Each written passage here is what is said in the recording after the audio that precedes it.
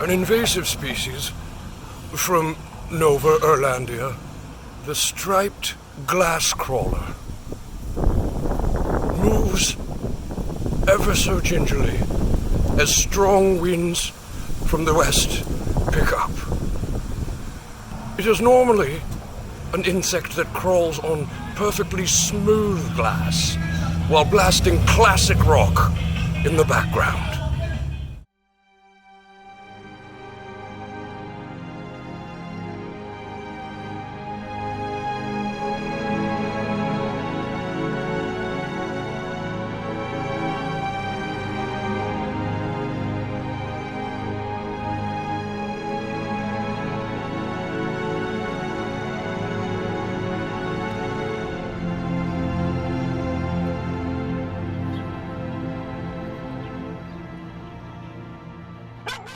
An idle pair of stinky cluster butts is hanging out on a concrete precipice.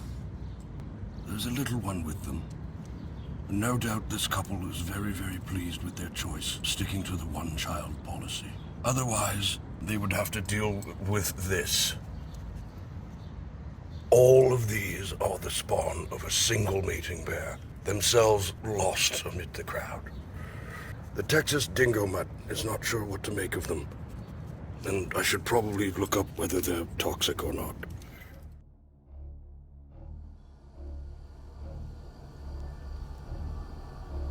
The savagery of the natural world plays out before us, whether we want to view the murderous nature it beholds or not. Formerly 8 legs adorned the body of the spider, a goddamn spider that has been destroyed utterly by this beautiful yet menacing wasp. Vespa mortalis, the Reaper Death Wasp of Doom, is here to remind us that it will be over for all of us very soon.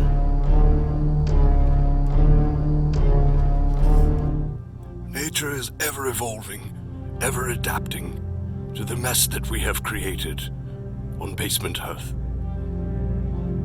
The ghostly cybernetic tech spider is most at home, building its webs out of copper filaments, tungsten and the like, glowing in the dark as madness creeps in. Try as it might, the Western defective soldier beetle is not actually a beetle, and it cannot remain camouflaged. In fact, it cannot even remain still at the sound of this incessant impression I insist on doing every time I see wildlife.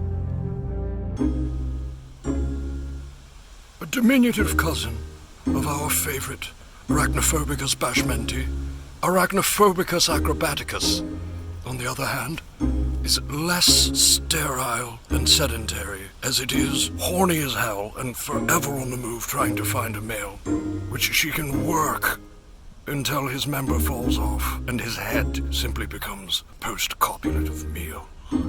She moves gingerly about the cushions on John's patio, an ecosystem very similar to the basement, although not quite as dank as one would say.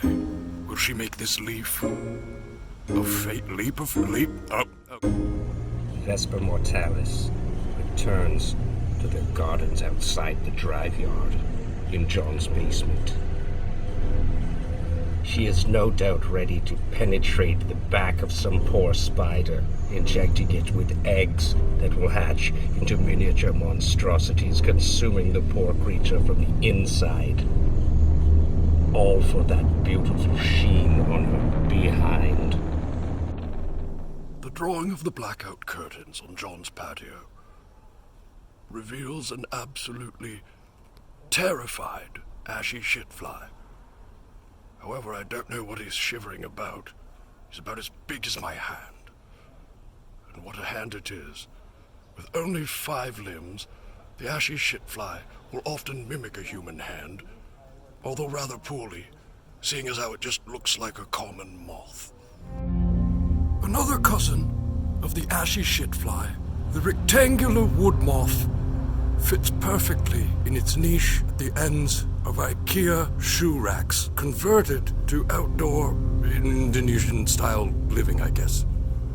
The rectangular wood moth flutters its wings ever so slightly, and it perks up its antennae at the sound of David Attenborough as it flies off, probably to be eaten by a tawny roof hawk.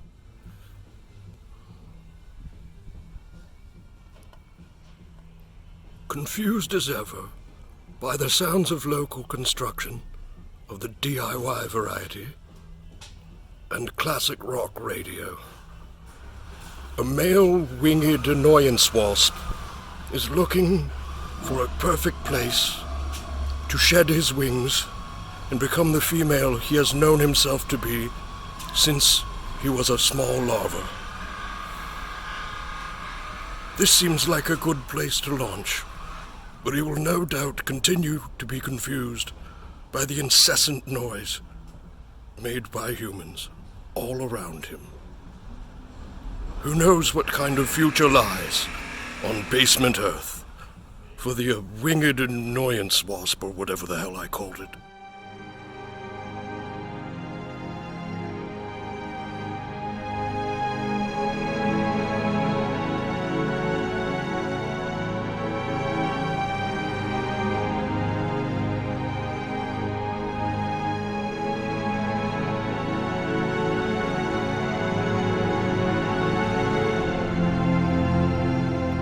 Vespa Mortalis returns to the place where she first slew that giant spider, which still lives in my nightmares.